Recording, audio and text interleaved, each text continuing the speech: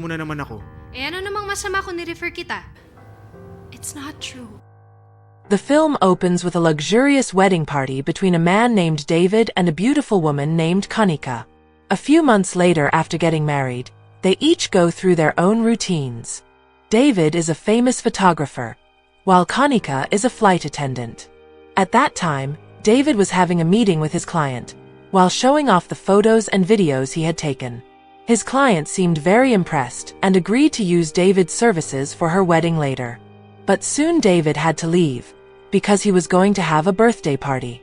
That night David's birthday party was held with his friends and family. And soon David got a surprise from his wife, who suddenly came. Even though previously he said he couldn't come because of a busy flight schedule, David was really happy with his wife's arrival.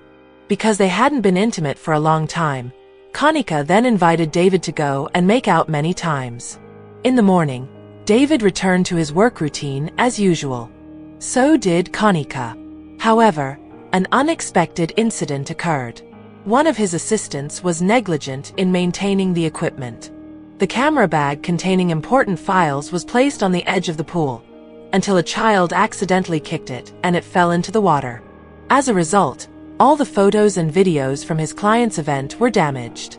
With great regret, David and the entire team tried to apologize to the client, but unfortunately the client did not want to know and asked David for compensation. As a result of this problem, David suffered a huge loss and went bankrupt because all his assets had to be sold.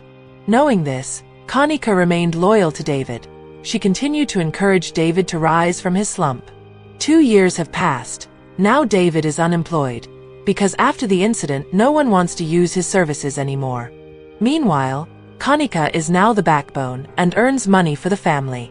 Seeing her husband who is no longer enthusiastic, Kanika asks for help from David's friend named Among, to encourage David. But unfortunately, David has really lost his enthusiasm to pursue his former success. One night, Kanika had a strange dream. In her sleep, she dreamed of making out with a pilot named Steven, who was also from the airline where she worked. The dream made her restless and feel guilty. The next day, she told her friends about it, but they accused her of having a special relationship with the pilot. Although Kanika denied it, the attitude of the pilot named Steven increasingly showed suspicious signs. He often paid more attention to Kanika, even offering to take her home. Initially, Kanika refused, but over time she began to get used to the attention given by Steven. Their relationship grew closer, although Kanika realized that it was a mistake. Meanwhile, David began to feel something strange when Kanika often refused his invitation to be intimate. Until one night, David's suspicions were clarified when he saw a romantic message on Kanika's cell phone from Steven. Until one night, David and Kanika attended a dinner party held by Steven at a luxury restaurant. Throughout the event, David felt hot seeing the way his wife and Steven looked at each other. After returning home, they had a big fight. David accused Kanika of having an affair with Steven. Kanika did not accept the accusation. A few days later, Imung came to see David. There he gave him a vacation ticket to an island. Imung hopes that David can calm down and change. David rushes there. David spends his days contemplating and drinking. Until one morning he was surprised to see a woman without clothes in front of him. Her name was Tasia. Since then, David and Tasia often meet and spend time together. Tasha, who has a cheerful and enthusiastic personality, managed to make David forget his household problems for a moment. However, their togetherness changed when David remembered his ruined life. His sadness began to haunt him again. On the other hand, Steven was increasingly approaching Kanika.